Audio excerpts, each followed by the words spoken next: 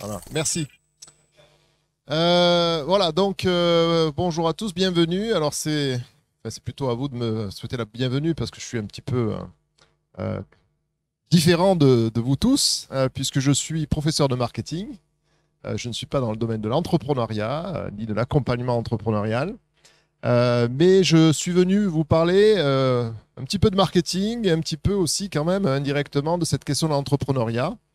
Donc, je m'appelle Gilles Ngoala, je suis professeur de marketing à l'Institut Montpellier Management, à l'Université de Montpellier, et je suis co-titulaire de la chaire Situ sur les usages et les pratiques de la ville intelligente. Et donc, parmi nos partenaires clés, nous avons la métropole de Montpellier. On travaille donc sur les problématiques de Smart City depuis désormais plusieurs années. Et on travaille avec l'UQAM, donc l'Université du Québec à Montréal, sur ces problématiques-là, qui sont les problématiques d'innovation urbaine. Je suis aussi responsable d'un master que j'ai fondé il y a quelques années qui s'appelle Marketing, Innovation et Territoire. Et donc, comme vous le voyez dans l'intitulé, c'est centré sur le marketing de l'innovation, le marketing des territoires, le marketing territorial, et aussi sur le marketing du tourisme, qui est aussi un volet important du développement des territoires. Donc, d'abord, on va essayer d'aborder cette question des territoires intelligents, si on le peut. Et puis les questions d'attractivité, de compétitivité des territoires, sachant que tout ceci, pour nous, rentre dans le cadre général de ce qu'on appelle le marketing territorial de projet. Et donc, il y avait une table ronde d'ailleurs à l'instant qui parlait de l'importance d'avoir un projet territorial et de pouvoir finalement piloter des projets d'ensemble avec tout un ensemble d'acteurs dans l'écosystème pour permettre à ces territoires d'être plus attractifs, plus dynamiques, plus innovants. Et donc, on voit bien la nécessité de décloisonner les différents métiers, les différents milieux, les différentes fonctions pour y arriver. Donc l'intelligence des territoires, c'est l'intelligence bien sûr des villes, des grandes métropoles, et c'est vrai qu'on est dans un contexte général de métropolisation du monde, avec une concentration des ressources sur un certain nombre de villes en France qui captent l'essentiel des projets, des emplois, des investissements en termes de recherche, des formations aussi universitaires. Hein, et donc, il y a cette métropolisation qui est très forte, mais il y a une nécessité d'aller aussi développer des territoires intelligents, y compris dans les zones rurales. Et donc, je vais vous donner un petit peu quelques exemples de ce qu'on essaie de faire modestement au sein de ces territoires. Alors, l'intelligence des territoires, c'est ce qu'on pourrait appeler une utopie réaliste. C'est-à-dire c'est finalement cette vision d'un territoire complètement connecté, mais qui sert quand même de point de fixation des projets que l'on peut avoir, où on essaie justement de travailler sur cette transformation des territoires pour qu'ils soient plus accueillants, plus innovants, plus ambitieux, et en essayant de mettre en ordre de marche une multitude d'acteurs dans ces territoires-là. Donc c'est une utopie, certes, c'est une utopie de transformation urbaine, de transformation des territoires.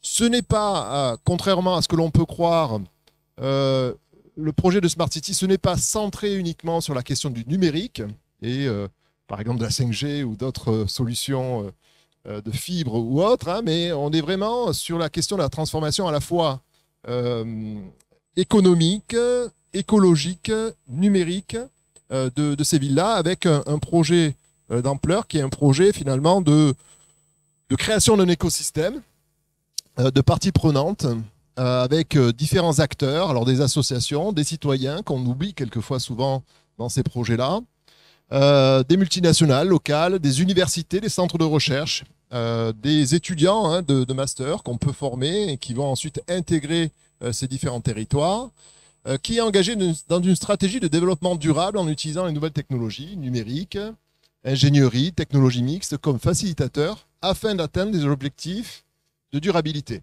Donc c'est le développement économique, le bien-être social et le respect environnemental. Et donc on travaille effectivement sur ces aspects de numérique, hein, d'inclusion numérique, de développement numérique, mais on travaille aussi très fortement sur les dimensions écologiques dans ces projets de territoires intelligents.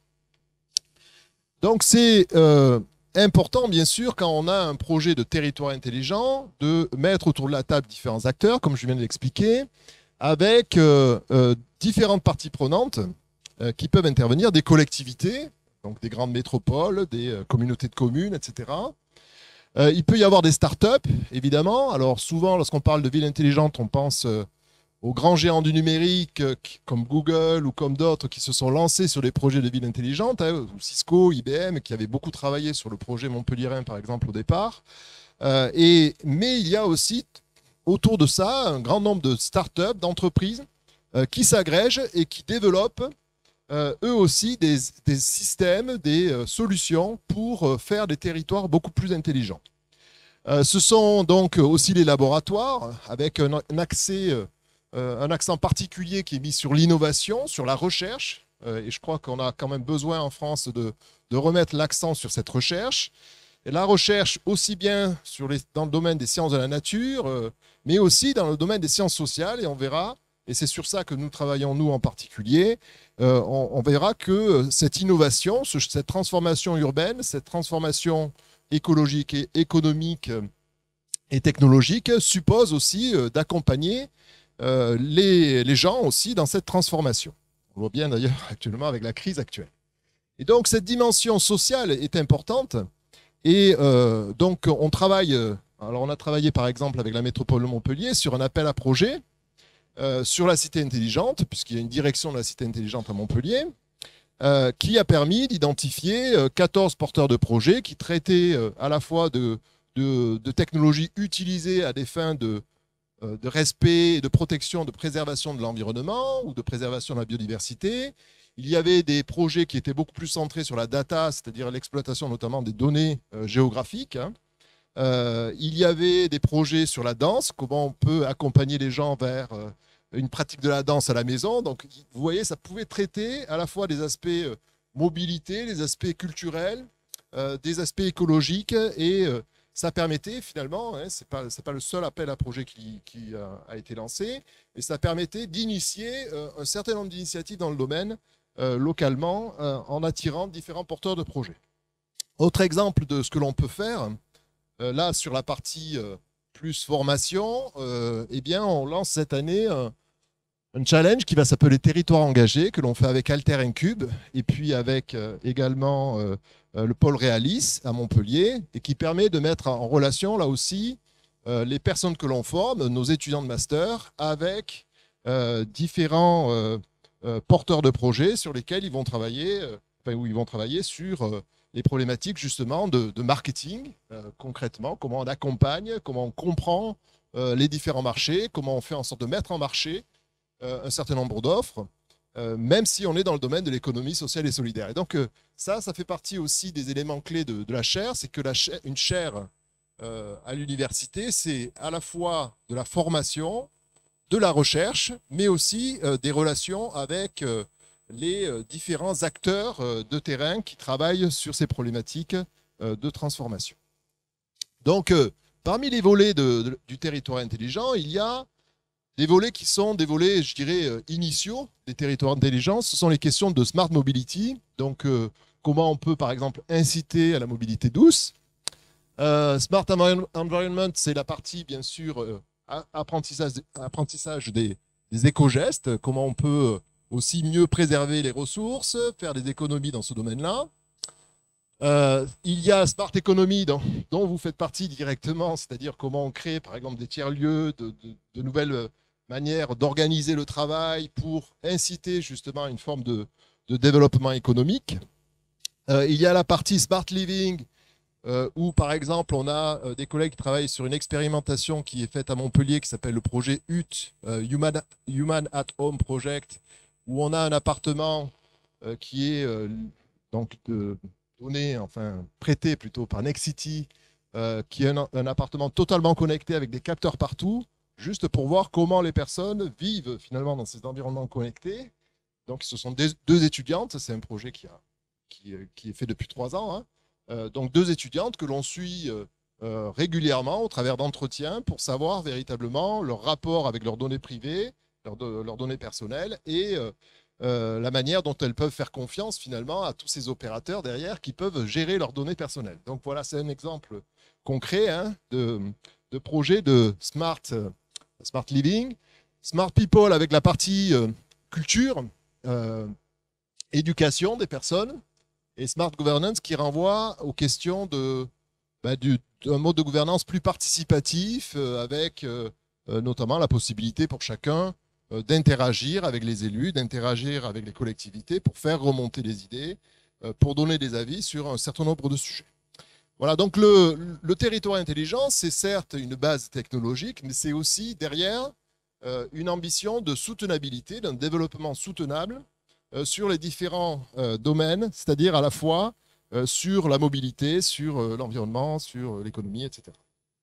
Voilà, par exemple, j'ai actuellement 2 doctorantes qui vont soutenir sur des problématiques notamment de mobilité, comment on incite à la mobilité douce, parce que c'est très bien sûr, de mettre des pistes cyclables dans nos territoires, mais encore faut-il que les gens laissent la voiture au garage. Donc il faut bien sûr trouver des systèmes incitatifs pour valoriser cette expérience de mobilité différente.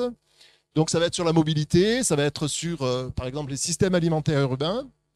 J'ai des collègues qui travaillent sur ce qu'on appelle les déserts alimentaires, c'est-à-dire la difficulté dans certains quartiers, y compris dans les villes, de s'alimenter correctement avec une bonne nourriture. La gestion énergétique, qui est un élément clé aussi des villes intelligentes, comment on fait on économise un peu mieux cette énergie. La gestion des déchets, on a travaillé sur le zéro déchet, par exemple, avec la ville de Montpellier très récemment, et sur le réemploi des matériaux du bâtiment, le réemploi de différents contenants. La ville sociale, la cohésion sociale, l'inclusion numérique des personnes. Voilà, on a travaillé également sur ça. La participation à la co-création citoyenne au travers des conseils de développement, par exemple, l'urbanisme et habitat, j'en ai parlé, et tourisme et culture, on a travaillé avec le musée Fabre, par exemple, sur ces sujets. Voilà, donc vous voyez que l'idée de territoire intelligent, c'est une idée qui est finalement, qui représente une utopie réaliste, mais qui est quelque chose qui touche à tous les aspects de notre vie. Et donc, on s'interroge sur l'intégration de ces technologies et la transformation de nos villes, sachant que nos territoires ne peuvent pas changer si les gens eux-mêmes ne changent pas. Et donc, nous, on travaille principalement sur la compréhension de la manière dont les gens voient la transformation de leur propre territoire. Par exemple, demain, il va y avoir l'inauguration d'un projet qui est un projet de... Voilà, ce sont ces robots-là qui vont être expérimentés dans le cœur de ville de Montpellier, qui va devenir une zone à faible émission. Et on a travaillé sur l'acceptabilité sociale de ces robots pour la population. Dans quelle mesure on est prêt à accepter finalement que demain, pour La Poste, pour la STEF, qui sont 2 sociétés qui font de la logistique, hein, eh bien, on va peut-être avoir une supervision d'un certain nombre de robots qui vont circuler dans la ville. Et donc, comment les gens, les habitants, vont-ils accepter ça? Dans quelle mesure ils vont le rejeter? Est-ce qu'il peut y avoir du vandalisme? Et donc, on voit bien que cette dimension technologique ne peut pas être entendue sans intégrer la dimension sociale dans la compréhension de l'acceptabilité des changements et des transformations dont il est question. Voilà, donc c'est un exemple aussi de ce que l'on peut faire au travers de cette chaire. Un autre exemple que j'ai évoqué rapidement, qui renvoie notamment à l'économie sociale et solidaire. On a travaillé avec Consigne, avec Loupit aussi sur les contenants, dans les plats livrés à domicile, hein, avec les Uber Eats, les Deliveroo, etc. On a travaillé aussi avec Caprionis, qui est une société qui travaille sur le réemploi des matériaux de bâtiment. Et donc, on voit bien que la dimension intelligence n'est pas circonscrite et limitée à la question technologique. Ce n'est pas en mettant plus de technologie qu'on devient plus intelligent. Par contre, c'est en mettant mieux de technologie qu'on peut potentiellement devenir plus intelligent. Et ça suppose tout de même toujours d'accompagner les individus sur leurs propres pratiques au quotidien. Voilà, donc là, on a collecté près de 900 questionnaires cet été, justement, pour savoir si les Français étaient prêts à aller vers du réemploi des différents matériaux dans ces différents contextes. Voilà. Donc en d'autres termes, nous, on travaille effectivement dans la chaire sur la ville intelligente sur plutôt l'humain. L'humain qui renvoie à des questions d'acceptation. Donc, est-ce qu'on accepte ou pas cette innovation? Des questions également d'appropriation. Comment on peut s'approprier les technologies? Dans quelle mesure on peut être quelquefois exclu de ces technologies?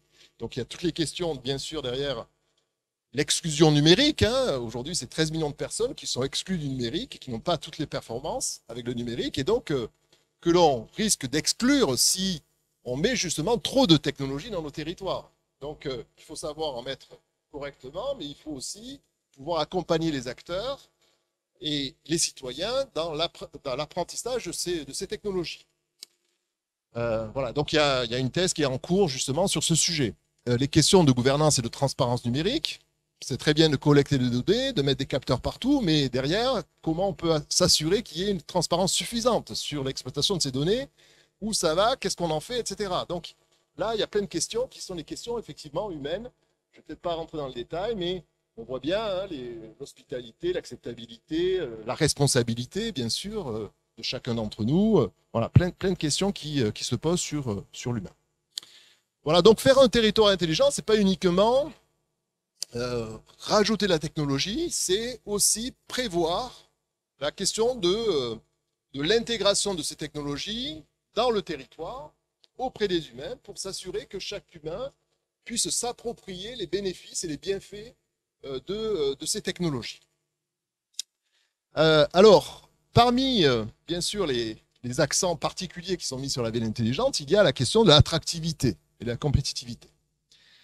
Et donc, les projets de ville ou de territoire intelligent sont souvent mis en avant aussi pour attirer des entrepreneurs, attirer de nouveaux talents, attirer des nouvelles idées et faire en sorte que des personnes viennent s'installer sur les territoires pour développer à la fois des projets, mais aussi, bien sûr, de l'emploi. Donc, ce qui est important, c'est d'avoir d'abord un projet territorial qui, certes, reprend un certain nombre de points des projets intelligents, mais sans, encore une fois, se circonscrire à la question seulement technologique. Donc le projet de territoire intelligent, ça peut être un levier d'attractivité, de compétitivité, comme on le voit, c'est ce qui se fait d'ailleurs sur la métropole de Montpellier, c'est comme ça que c'est conçu, c'est pas autre chose, hein, c'est un objectif de redynamisation et d'accroissement finalement de la compétitivité d'un territoire par rapport à d'autres territoires qui sont aussi dans cette lutte acharnée pour finalement la création d'emplois et la récupération d'un certain nombre de ressources. Donc c'est un enjeu de développement territorial, c'est aussi un objectif d'amélioration de la qualité de vie sur le territoire qui est un élément clé, donc améliorer la mobilité, l'accessibilité. C'est se spécialiser, avoir un rayonnement économique. C'est promouvoir aussi une société de la connaissance, faire en sorte que les gens du territoire, justement, avancent également dans leurs propres connaissances et qu'on puisse attirer, par exemple, des chercheurs, qu'on puisse attirer de nouvelles idées qui puissent venir dans nos territoires, même si ce sont des territoires qui sont un peu en dehors. On parlait tout à l'heure, j'entendais tout à l'heure la diagonale du vide, hein, même si ce sont des territoires qui sont plus en difficulté, évidemment, que des grandes métropoles que l'on peut connaître aujourd'hui.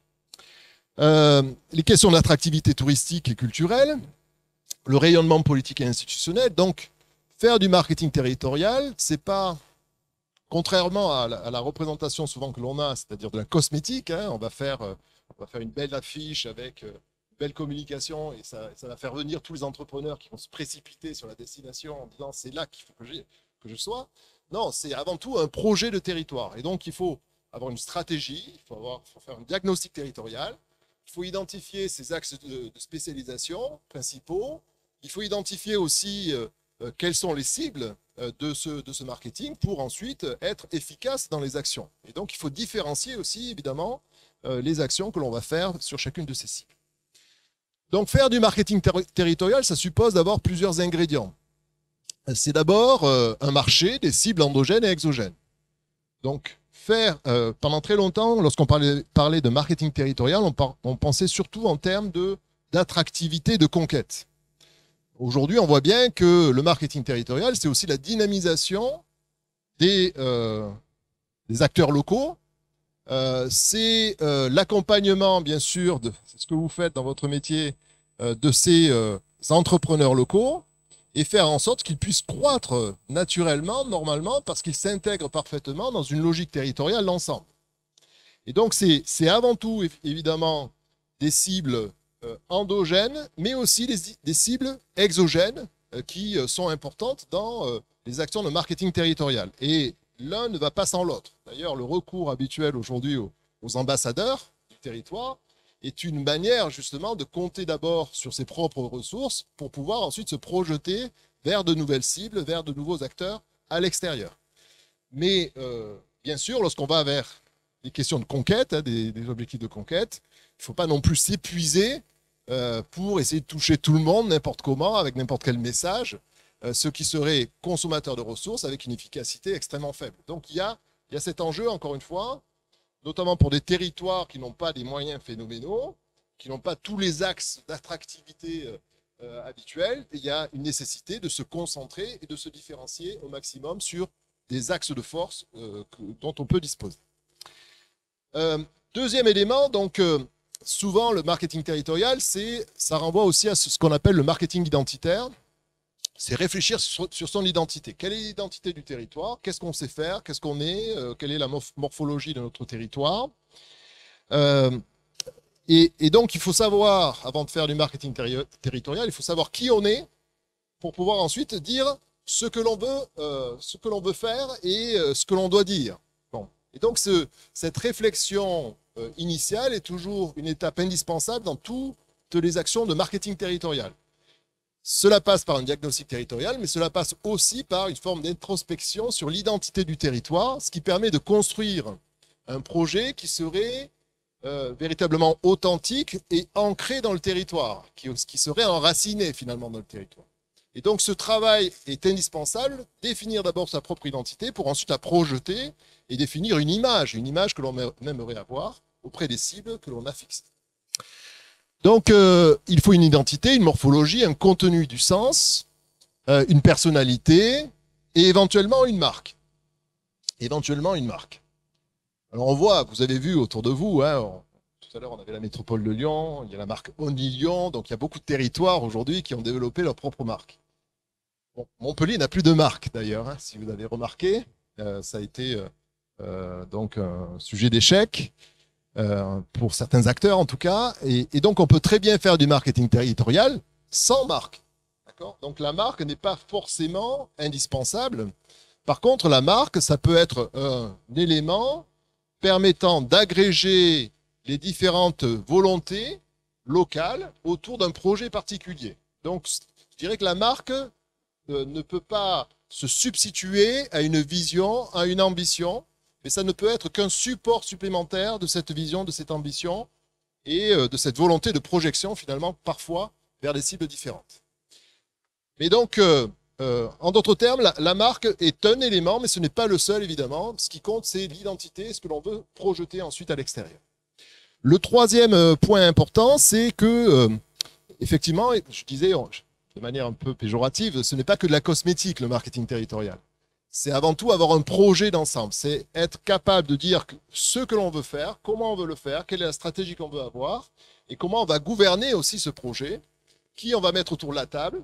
Est-ce qu'on va mettre uniquement, je dirais, les collectivités locales ou les réseaux d'entrepreneurs, ou qui est-ce qu'on met autour de la table, ou est-ce qu'on met aussi les citoyens, est-ce qu'on met aussi les universités, les labos, etc. Et donc on voit bien qu'il y a une nécessité peut-être d'élargir un peu le cercle pour que cette gouvernance soit une gouvernance beaucoup plus partagée. Voilà, donc un exemple de ce que l'on peut faire aussi au travers des formations, notamment avec quelqu'un que vous connaissez peut-être, qui s'appelle Pierre Alzingre. Donc avec le labo rural, on a lancé l'année dernière un challenge où l'idée c'était d'accompagner des territoires. Alors vous voyez, il y a des Fauconniers-la-Mer, la vallée de la Maurienne, Sébazac, Argentat sur Dordogne et Nord-Terre, Guadeloupe. Et les étudiants ont travaillé justement sur des projets territoriaux. Il s'agissait de marques, parfois, qui étaient lancées, qu'il fallait accompagner. Et parfois, il s'agissait vraiment de définir le projet à partir d'un diagnostic qui était réalisé sur le territoire. Par exemple, pour promouvoir la destination maurienne pour le vélo. Vous voyez, donc avec une volonté, là, encore une fois, de promouvoir un tourisme peut-être en dehors de la saison hivernale habituelle pour que les gens viennent un peu plus en Maurienne durant les ailes de saison. Voilà, donc ce projet du mètre carré enrichi visait justement à accompagner les territoires ruraux pour qu'ils soient plus intelligents, plus attractifs, plus compétitifs et qui puissent affiner également leur projet territorial. Donc, il faut d'abord, hein, il y a plusieurs éléments qui sont revenus hein, dans nos constats. C'est d'abord, il faut que ce soit authentique, donc basé sur une analyse du territoire. C'est cette idée finalement d'être ancré sur sa propre identité pour pouvoir projeter quelque chose qui soit authentique. Parce que ce qui est authentique et sincère a plus de chances, bien sûr, d'être écouté et a une plus forte crédibilité auprès des cibles auxquelles on s'adresse. Donc, cette question de l'authenticité est finalement déterminante. Et donc, il ne s'agit pas de rajouter de la technologie, une couche technologique en disant ben, on va paraître plus moderne, si ce n'est pas forcément aussi l'identité du territoire. Donc, il faut trouver un moyen de s'ancrer sur sa propre identité, mais sans forcément entrer dans une forme de passéisme, en s'ancrant simplement sur le passé, mais il faut se projeter sur l'avenir en expliquant vers où on veut aller à partir de ce que l'on est véritablement. Donc cette question de l'authenticité est importante. La question de la différenciation, comment on se différencie des autres. C'est vrai qu'aujourd'hui, on est dans cette course en avant vers une plus grande compétitivité de nos territoires. Je pense que chacun est là en train de se dire comment je peux, moi, attirer de nouveaux entrepreneurs, de nouveaux talents. J'ai fait un tiers-lieu, j'ai fait une pépinière, comment je fais pour les faire venir? La question, c'est que finalement, oui, il faut d'abord réfléchir à ce que l'on est et comment on peut se différencier durablement des autres. Et parce qu'on ne peut pas courir tous les chevaux à la fois. Et on doit se fonder d'abord sur ses propres axes de différenciation, de manière à pouvoir ensuite attirer des entrepreneurs. Troisième élément que l'on a pu voir aussi, c'est finalement cette mise en récit du territoire. Donc, il s'agit de raconter une histoire, faire du storytelling, mais il ne faut pas raconter des histoires, évidemment. Donc, il faut essayer de s'ancrer sur ce que l'on est véritablement. Et par contre, cette partie en termes de communication qui est importante, c'est cette mise en récit du territoire, de notre projet. Et à partir de là, on est peut-être capable justement de se projeter et de se différencier par rapport à d'autres. Voilà, donc finalement, il y a plusieurs éléments clés, plusieurs étapes clés. C'est d'abord définir sa propre identité, ce que l'on est, ce qui nous différencie, à un niveau individuel et collectif, et ces éléments participent bien sûr du diagnostic territorial, puisqu'on doit réfléchir dans le diagnostic territorial aussi à notre identité territoriale. Et l'identité territoriale, c'est pas uniquement les montagnes, la mer ou des éléments comme ça, ce sont aussi les personnes évidemment qui vivent sur le territoire. Et bien souvent, on a tendance un peu à oublier que notre identité, elle provient de l'identité des personnes du territoire. Et donc c'est à partir de ces forces-là et de ces aspects-là que l'on peut peut-être aussi construire une image que l'on va projeter auprès des différentes cibles, que ce soit des cibles endogènes ou des cibles exogènes à ce territoire. Donc la question, c'est bien sûr qu'est-ce qu'on met derrière l'image, quelles sont les évocations, qu'est-ce qui va venir à l'esprit lorsqu'on pense par exemple à Millau, qu'on pense au Gard, qu'on pense à différents territoires, qu'est-ce qui nous vient à l'esprit immédiatement. Et ça, c'est l'image que l'on perçoit, c'est-à-dire un ensemble d'associations qui nous viennent spontanément à l'esprit lorsque on évoque un lieu particulier, une zone particulière. Et puis après, il y a ce que l'on ambitionne. Alors, c'est fixer aussi des indicateurs de performance. Trop souvent, ça manque. On fait du marketing territorial, mais même moi, hein, quand je rencontre des gens, je leur dis, bon ben voilà, alors quel a été le résultat de votre campagne? On n'a pas forcément toutes les réponses. Hein.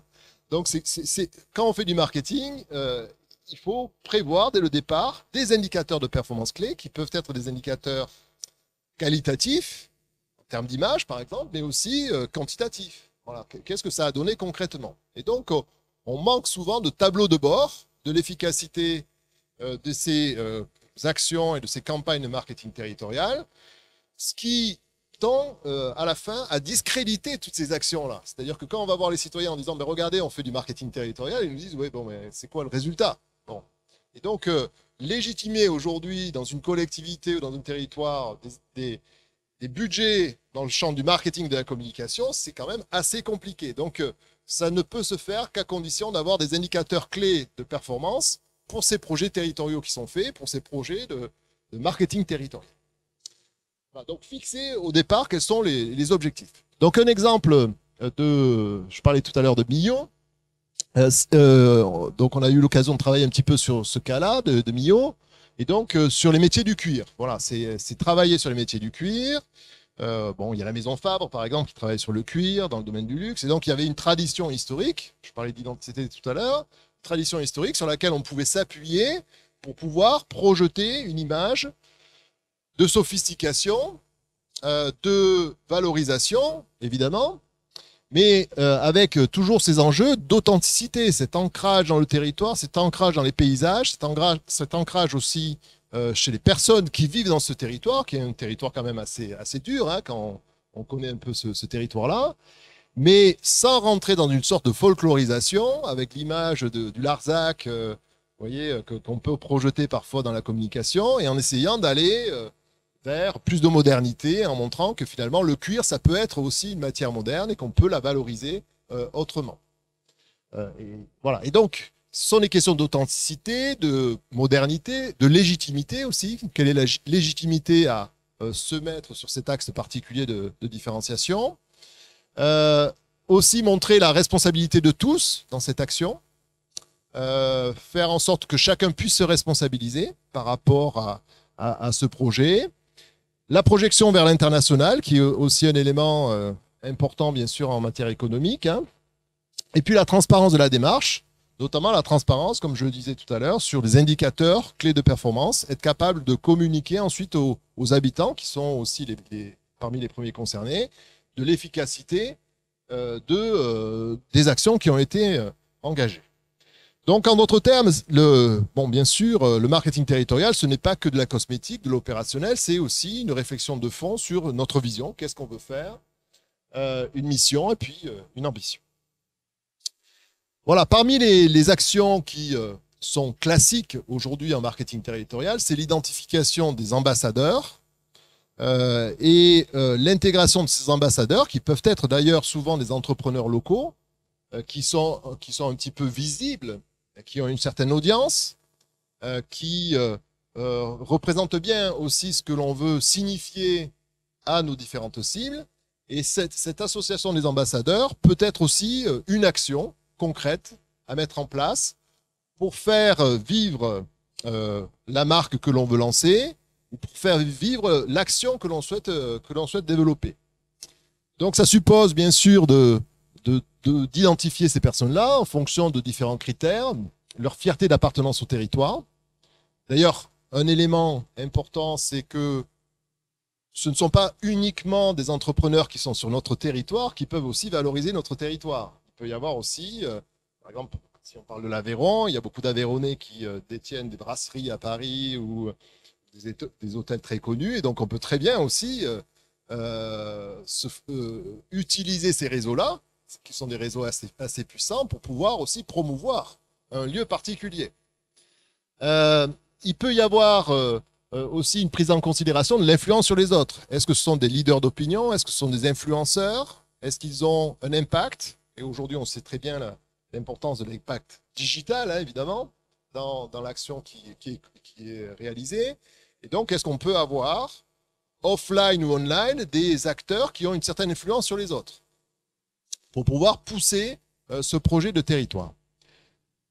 La question aussi de la responsabilité envers le territoire. Est-ce qu'ils ont un sens du collectif? Est-ce qu'ils se sentent responsables ou investis d'une mission particulière pour leur territoire? Et puis, l'engagement durable. Est-ce qu'ils ont des idées, des contenus, des actions dont ils veulent faire aussi profiter le projet? Voilà. Donc, les ambassadeurs, c'est pas uniquement, je dirais, encore une fois, un aspect cosmétique, mais ça peut être véritablement des partenaires dans la promotion d'un territoire particulier. Alors, comment le faire? Ça, c'est une vraie question. La réponse, je dirais, c'est faire ce qu'on essaie de faire ici aujourd'hui, en ayant un marketeur qui parle à des personnes chargées de l'entrepreneuriat, c'est décloisonner. Donc, décloisonner les milieux, décloisonner les spécialités, décloisonner les différents lieux et essayer de faire en sorte qu'on ait un projet co-construit avec plus d'appropriation par les différents acteurs du territoire et plus de partage. Donc, aujourd'hui, on ne peut pas imaginer un projet territoire et un projet, par exemple, de territoire intelligent, comme c'est fait sur Montpellier, sans mettre autour de la table différents acteurs. Et donc, l'exemple que je prenais sur les robots autonomes de livraison, on met autour de la table, donc, bien sûr, la métropole de Montpellier, mais il y a aussi la STEF, qui est une société de logistique. Hein. On a la Poste, on a Twinswheel qui fait le robot, qui est une société de Castres, une entreprise de Castres. On a l'ADEME, évidemment. On a l'Université de Montpellier, qui travaille sur, c'est ce qu'on fait sur l'acceptabilité sociale de l'innovation. On a aussi l'école des mines d'Alès, qui travaille sur l'analyse de cycle de vie de ce produit, du robot, hein, c'est-à-dire quel est l'impact environnemental qu'on crée de ce robot. On a aussi Neoma qui travaille, donc une école aussi qui travaille plutôt sur la dimension logistique et donc sur les business models qu'il peut y avoir derrière la dimension, le développement de robots autonomes en ville. Donc vous voyez bien que, en fait, sur un projet particulier de territoire intelligent, on ne peut pas se permettre d'être seul sur ce projet. Il faut qu'il y ait à la fois des grandes entreprises, des petites, des personnes qui vont regarder le projet sous tous les aspects, et c'est comme ça qu'on construit un projet. Donc un territoire intelligent, c'est forcément une gouvernance partagée, c'est forcément un décloisonnement, et c'est aussi forcément une intégration, et nous on y tient beaucoup dans nos travaux, une intégration des citoyens dans le développement de ces territoires intelligents. Et donc travailler sur cette citoyenneté numérique, intégrer le citoyen comme un élément clé de l'établissement de ce projet, c'est un élément bien sûr central pour le succès du projet. Sinon, lorsqu'on parle de ville intelligente aujourd'hui, d'ailleurs, vous remarquerez que très peu d'élus utilisent ces termes-là, c'est parce que aujourd'hui, on imagine tout de suite Big Brother, la technologie qui va nous dominer, les robots qui vont nous remplacer, la destruction d'emplois. Voilà. Donc aujourd'hui, je dirais que la technologie a très mauvaise presse. Donc on ne peut avoir de projet intelligent qu'à condition, là aussi, d'expliquer, de faire la pédagogie et de pouvoir obtenir l'adhésion de la grande majorité des acteurs sur le territoire et des citoyens en particulier.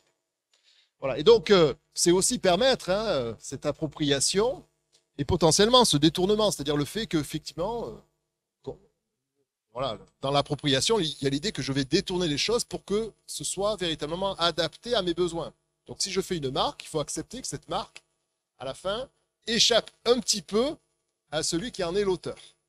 Et ça, c'est relativement compliqué pour ceux qui ont conçu la marque et qui espèrent finalement contrôler la marque. Mais c'est finalement un très bon signal de l'appropriation par les acteurs du territoire de la marque en tant que telle.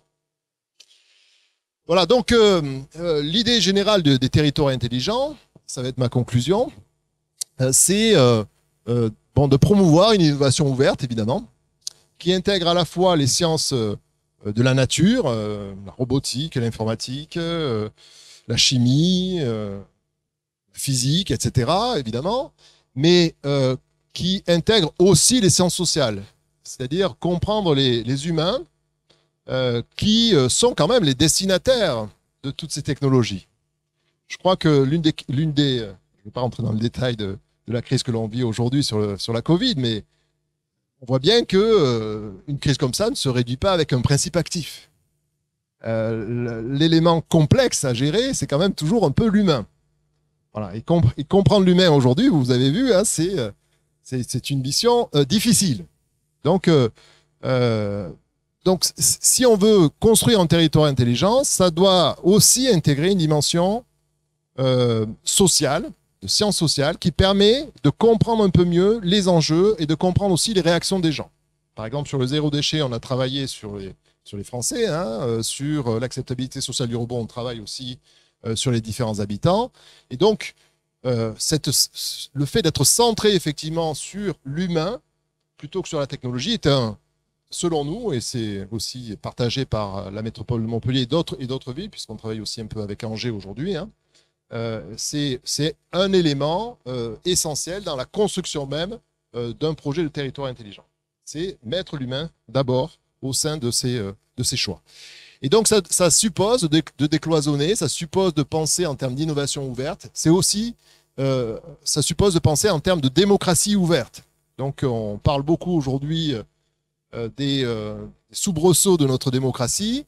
Eh bien, on doit avoir un monde plus participatif, plus collaboratif, plus transparent. Et si on va vers un projet intelligent, il faut effectivement jouer le jeu de cette transparence, de cette ouverture, de cette collaboration, pour pouvoir avoir une chance de réussir sur ces projets qui sont encore des sujets relativement sensibles. Voilà, je vous remercie. J'espère ne pas avoir été trop long.